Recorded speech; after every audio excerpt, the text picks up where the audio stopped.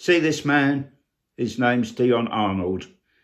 He was until recently a serving police officer with the Met Police, and his specialist role was working with women who were victims of domestic violence. It wasn't in the mainstream news, but you possibly don't recognise his face.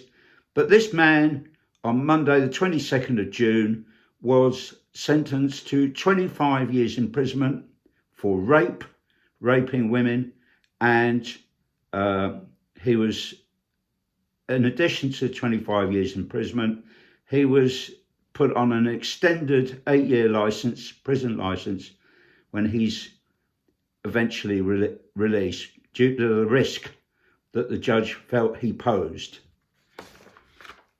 I kind of wonder why this sort of event is no longer in the news anymore, apart from being perhaps on the back pages somewhere.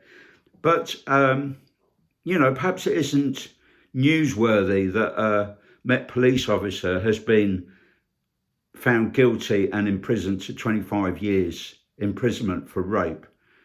This man was scary, really, and the judge really expressed a lot of concerns about him. He rendered one of his victims unconscious by pulling a scarf tightly around her neck, and another victim had to have an abortion following being made pregnant by him. The judge described him as hating women and as being a misogynist.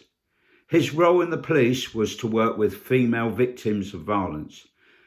I was aghast that this story had no mention in the mainstream media this week.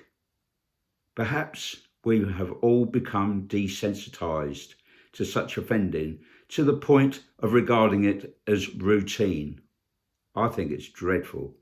I think this country has a huge problem with this sort of offence. The statistics on rape are truly appalling.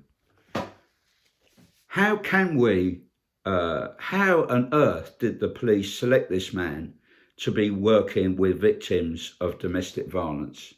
I don't really understand that. How it's no longer in the news, this sort of occurrence. How do we recruit people into our police forces? Do they need to have special psychological testing, at the point of recruitment? And do they need training on how to deal appropriately in a boundaried way with people? I just despair. Anyway, do have a look at my other videos on this topic, where I talk in greater detail about this sort of offending behaviour.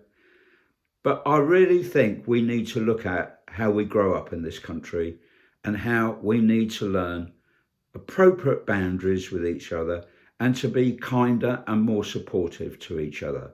This type of misogyny has no place within society, let alone the police. Anyway, do write in with your comments. All the very best now. Bye-bye.